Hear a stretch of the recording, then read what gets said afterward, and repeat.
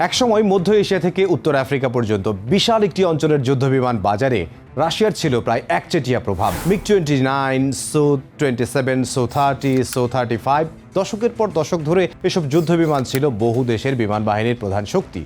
কিন্তু এখন সেই বাজার দ্রুত দখলে নিচ্ছে চীন, আর চীনের সবচেয়ে আলোচিত যুদ্ধবিমানগুলোর একটি হলো জে-10সি।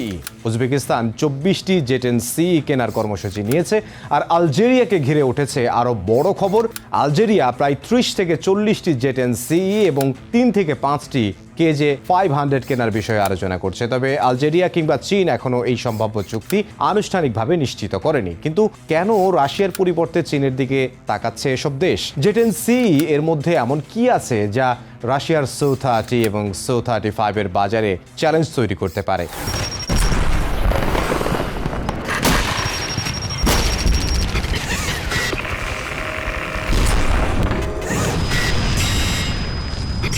আর চীনের এই উত্থান কি সত্যিই মধ্য এশিয়া থেকে উত্তর আফ্রিকা পর্যন্ত সামরিক ভারসাম্য বদলে দিতে পারে?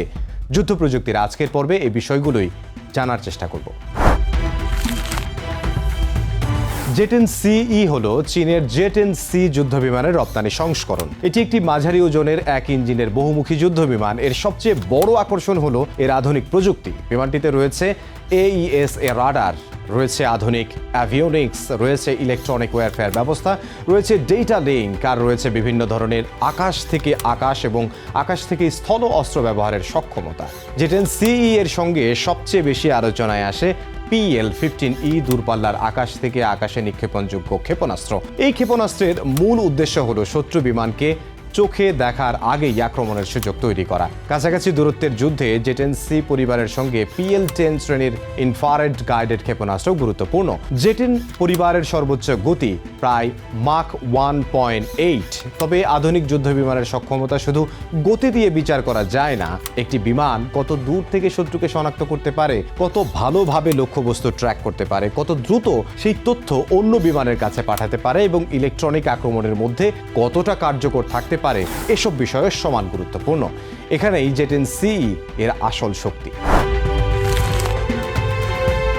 জে-10সি এর নির্দিষ্ট সরকারি রপ্তানি মূল্য প্রকাশ্যে পরিষ্কার নয়, তবে বিভিন্ন উন্মুক্ত সূত্রের হিসেব অনুযায়ী একটি বিমানের দাম প্রায় 40 থেকে 50 মিলিয়ন মার্কিন ডলারের মধ্যে হতে পারে। তবে এটি শুধু বিমানের সম্ভাব্য উৎপাদন খরচ। একটি দেশ যখন যুদ্ধবিমান কেনে তখন শুধু বিমান কেনে না, সঙ্গে লাগে ক্ষেপণাস্ত্র, প্রশিক্ষণ, খুচরা যন্ত্রাংশ, রক্ষণাবেক্ষণ ব্যবস্থা, ইঞ্জিন সহায়তা, গ্রাউন্ড ইকুইপমেন্ট এবং অবকাঠামো। তাই পুরো চুক্তির মূল্য অনেক বেশি হতে পারে। তারপরও জে-10সি এর একটি বড় সুবিধা হলো এটি এক ইঞ্জিনের মাঝারি ওজনের যুদ্ধবিমান, ফলে বড় 2 ইঞ্জিনের যুদ্ধবিমানের তুলনায় এর পরিচালন ব্যয় তুলনামূলক কম হতে পারে। সীমিত বাজেটের দেশগুলোর জন্য এটিই বড় আকর্ষণ। উজবেকিস্তানের বিমান বাহিনীতে এখনও সোভিয়েত যুগের পুরনো যুদ্ধবিমান রয়েছে। MiG-29 এবং Su-27 পরিবারের বিমান বহু বছর ধরে ব্যবহৃত হচ্ছে, কিন্তু সময়ের সঙ্গে সঙ্গে পুরনো যুদ্ধবিমান পরিচালনার খরচ বাড়ে, রাডার পুরনো হয়ে যায়, অ্যাভিওনিক্স পুরনো হয়ে যায়, ইঞ্জিনের রক্ষণাবেক্ষণ কঠিন হয়ে যায়, খুচরা যন্ত্রাংশের প্রয়োজন বাড়ে। তাই প্রয়োজন পুরনো বিমানকে বড় ধরনের আপগ্রেড করা অথবা নতুন যুদ্ধবিমান কেনা। উজবেকিস্তান কেনার সিদ্ধান্ত নিয়েছে, আর তাই তারা জে-10সি কেনার দিকে ঝুঁকছে। 2025 সালে 24টি জে-10সি কেনার কর্মসূচির খবর সামনে আসে।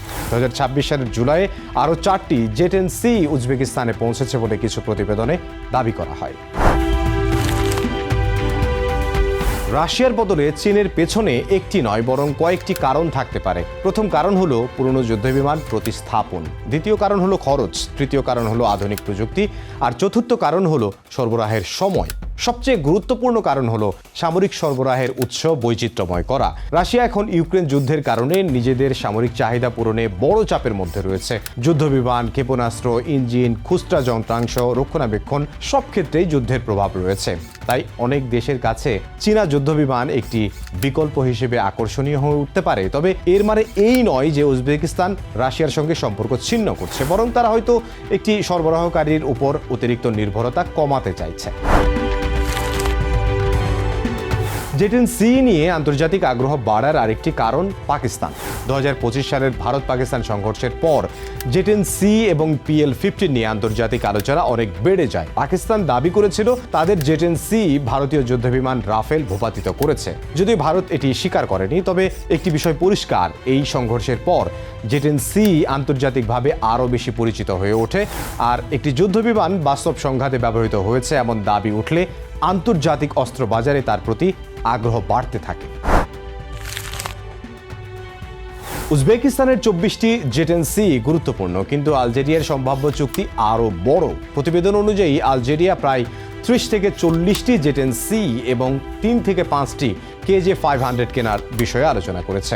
সম্ভাব্য সরবরাহ 2027 সালের থেকে শুরু হতে পারে বলেও কিছু প্রতিবেদনে দাবি করা হয়েছে। যদি এই চুক্তি বাস্তবে রূপ নেয়, তাহলে উত্তর আফ্রিকার আকাশে বড় ধরনের পরিবর্তন আসতে পারে, কারণ এখানে শুধু যুদ্ধবিমান আসবে না, আসতে পারে KJ-500।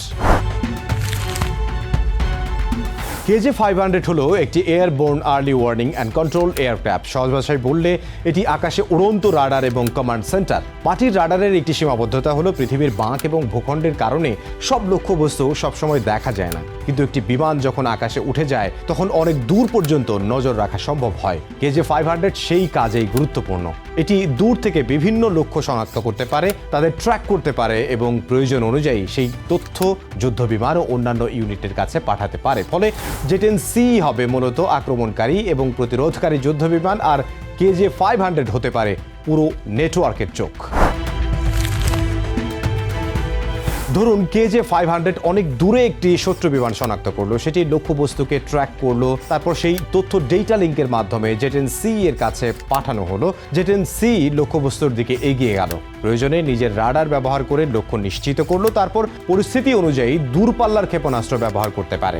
এখানে সবচেয়ে গুরুত্বপূর্ণ বিষয় হলো জেট-10C একা যুদ্ধ করছে না, KJ-500 তথ্য দিচ্ছে, গ্রাউন্ড রাডার তথ্য দিচ্ছে, আকাশ প্রতিরক্ষা ব্যবস্থা যুক্ত হচ্ছে, ড্রোন তথ্য দিতে পারে, আর কমান্ড সেন্টার পুরো ব্যবস্থাকে সমন্বয় করছে। এটাই আধুনিক নেটওয়ার্ক সেন্ট্রিক ওয়ারফেয়ার। অর্থাৎ এখন শুধু একটি যুদ্ধবিমান কতটা শক্তিশালী সেটাই গুরুত্বপূর্ণ নয়, গুরুত্বপূর্ণ হলো পুরো নেটওয়ার্ক কতটা শক্তিশালী। আলজেরিয়ার কাছে আগে থেকেই বড় রাশিয়ান অরিজিন সামরিক ব্যবস্থা রয়েছে। তাদের রয়েছে Su-30 MKA, S-300 এবং আরও বিভিন্ন রুশ প্রযুক্তির অস্ত্র ব্যবস্থা। অন্যদিকে চীনা প্রযুক্তিও আলজেরিয়ার সামরিক ব্যবস্থায় ঢুকছে। তাই ভবিষ্যতে রাশিয়া এবং চাইনিজ সিস্টেম একসঙ্গে কতটা ভালোভাবে কাজ করতে পারবে সেটি বড় প্রশ্ন। ডেটা লিঙ্ক, এনক্রিপশনের সমন্বয়, বন্ধু শত্রু শনাক্তকরণ, মিশন পরিকল্পনার সফটওয়্যারের ব্যবহার কিভাবে করবে, এসব প্রশ্নের উত্তরই নির্ধারণ করবে চীনা যুদ্ধবিমান কেনার প্রকৃত সামরিক মূল্য। আলজেরিয়া রাশিয়াকে ছেড়ে দিচ্ছে না, বরং এটি হতে পারে স্ট্র্যাটেজিক হেজিং, অর্থাৎ রাশিয়ার সঙ্গে সম্পর্ক রেখে চীনকেও যুক্ত করা। Su-30 এবং Su-35 এর মতো ভারী যুদ্ধবিমান দীর্ঘ পাল্লার মিশন এবং বেশি অস্ত্র বহনের জন্য গুরুত্বপূর্ণ থাকবে, আর জেট-10C তুলনামূলকভাবে কম খরচে বিভিন্ন মাল্টিপল মিশন পরিচালনা করতে পারে। ফলে আলজেরিয়া একসঙ্গে দুই ধরনের যুদ্ধবিমান ব্যবহার করে নিজের সামরিক সক্ষমতা বাড়াতে পারে। এর পাশাপাশি মস্কো এবং বেইজিং এর মধ্যে প্রতিযোগিতাও তাদের জন্য সুবিধা তৈরি করতে পারে। আলজেরিয়া এবং মরক্কোর মধ্যে দীর্ঘদিনের কৌশলগত প্রতিদ্বন্দ্বিতা রয়েছে। ওয়েস্টার্ন সাহারা ইস্যু সেই উত্তেজনাকে আরও জটিল করেছে। মরক্কো F-16 আধুনিকায়ন করেছে, অ্যাপাচি হেলিকপ্টার সংগ্রহ করেছে এবং ইসরায়েলি প্রযুক্তির সঙ্গেও সামরিক সহযোগিতা বাড়িয়েছে। আর আলজেরিয়া যদি জেট-10C এবং KJ-500 পায়, তাহলে তাদের আকাশ পর্যবেক্ষণ ক্ষমতা বাড়তে পারে, পরিস্থিতি সম্পর্কে আগাম ধারণা পাওয়া, দূরপাল্লার ইন্টারসেপশন ক্যাপাবিলিটি বাড়তে পারে। তবে এর মানে এই নয় যে আলজেরিয়া স্বয়ংক্রিয়ভাবে আকাশে আধিপত্য প্রতিষ্ঠা করবে, কারণ যুদ্ধবিমান যত আধুনিকই হোক, পাইলটের প্রশিক্ষণ, রক্ষণাবেক্ষণ, অস্ত্রের মজুদ, ইলেকট্রনিক ওয়ারফেয়ার, গোয়েন্দা তথ্য এবং বিমান ঘাঁটির নিরাপত্তা সবকিছুই গুরুত্বপূর্ণ। চীনের লাভ শুধু কয়েক ডজন যুদ্ধবিমান বিক্রি করা নয়। একটি দেশ জেট-10C কিনলে তার সঙ্গে আসে প্রশিক্ষণ, সিমুলেটর, ক্ষেত্রভিত্তিক সরঞ্জাম, ক্ষেপণাস্ত্র, খুচরা যন্ত্রাংশ, ইঞ্জিন সহায়তা, সফটওয়্যার রক্ষণাবেক্ষণ এবং ভবিষ্যতের আপগ্রেড। অর্থাৎ একটি যুদ্ধবিমান বিক্রি মানে বহু বছরের সম্পর্ক। এখন জেট-10C এরপরে চীনা ক্ষেপণাস্ত্র, রাডার, ড্রোন, আকাশ প্রতিরক্ষা ব্যবস্থা হয়তো কিনবে। এভাবে একটি দেশ ধীরে ধীরে চীনের একটি বড় সামরিক প্রযুক্তি ব্যবস্থার অংশ হয়ে যেতে পারে। রাশিয়ার সমস্যা শুধু একটি গ্রাহক হারানো নয়, সবচেয়ে বড় সমস্যা হলো একচেটিয়া বাজারের ধারণা দুর্বল হয়ে যাওয়া। যদি উজবেকিস্তান এবং আলজেরিয়ার মতো ঐতিহাসিক রুশ সামরিক গ্রাহক চীনা যুদ্ধবিমান নেয়, তাহলে অন্য দেশগুলো ভাবতে পারে রাশিয়ার বাইরে যাওয়ার মতো বাস্তব বিকল্প এখন আছে। এতে গ্রাহকের দর কষাকষির ক্ষমতা বাড়ে আর সরবরাহকারীর উপর নির্ভরতা কমবে। তবে রাশিয়াকে এখনই পিছিয়ে পড়া শক্তি বলা যাবে না, কারণ বিশ্বের বহু দেশ এখনও রাশিয়ান অরিজিন যুদ্ধবিমান ব্যবহার করে। Su-30, Su-35, MiG-29 এবং অন্যান্য রুশ যুদ্ধবিমানের বিশাল ইনস্টলড বেজ রয়েছে। এই বাজার একদিনে হারিয়ে যাবে না, তাই জেটেন-সি রাশিয়ার Su-30 বা Su-35 এর সরাসরি রিপ্লেসমেন্ট নয়, বরং এটি একটি বিকল্প, আর এই বিকল্পটাই সবচেয়ে গুরুত্বপূর্ণ।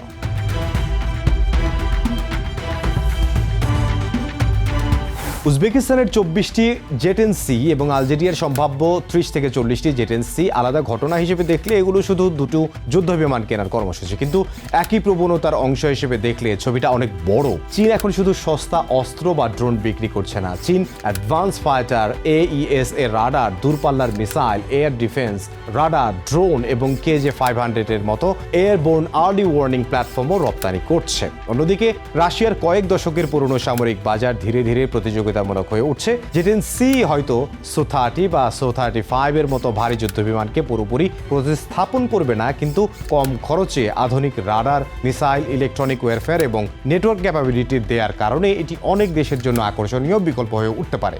শেষ পর্যন্ত তাই প্রশ্নটা শুধু কোন যুদ্ধবিমান বেশি শক্তিশালী সেটি নয়, প্রশ্ন হলো কে দ্রুত যুদ্ধবিমান সরবরাহ করতে পারে, কে কম খরচে দিতে পারে, কে ক্ষেপণাস্ত্র দিতে পারে, কে প্রশিক্ষণ দিতে পারে, কে রাডার ও আকাশ প্রতিরক্ষা দিতে পারে, এবং সবচেয়ে গুরুত্বপূর্ণভাবে কে আগামী 20 থেকে 30 বছর সেই দেশের পাশে থাকতে পারবে। এই প্রতিযোগিতায় চীন দ্রুত এগিয়ে আসছে, আর রাশিয়ার জন্য সবচেয়ে বড় সতর্কবার্তা কোনো একটি জেটেন-সি নয়, সতর্কবার্তা হলো রাশিয়ার পুরনো গ্রাহকদের হাতে এখন বিকল্প তৈরি হচ্ছে।